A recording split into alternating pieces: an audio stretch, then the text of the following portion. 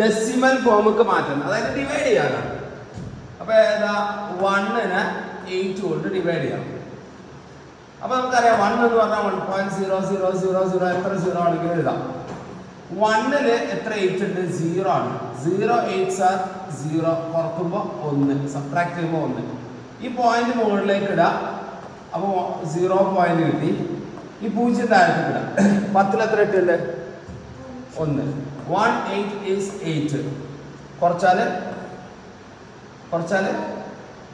2 അല്ലേ? അടുത്ത 0 താഴത്തേക്ക് ഇടാം. 20-ൽ എത്ര ഇട്ടുണ്ട്? 2 8 ഉണ്ട്. 2 8 എത്രയാ? 16 ആണ്. 16 ആണ്. കുറക്കുമ്പോൾ 20 16 വെച്ചാൽ 4. അടുത്തൊരു 0 താഴത്തേക്ക് ഇടാം. 40-ൽ എത്ര ഇട്ടുണ്ട്? 5. 5 8 എത്രയാ? 40. കഴിഞ്ഞില്ല, കുറച്ചപ്പോൾ കഴിഞ്ഞു. ഇനി ബാക്കിയുള്ളതൊന്നും നമുക്ക് ആവശ്യമില്ല. അപ്പൊ ഇതിന്റെ ആൻസർ എത്ര? 0.125. 0.125 ഇതാണ് ആൻസർ.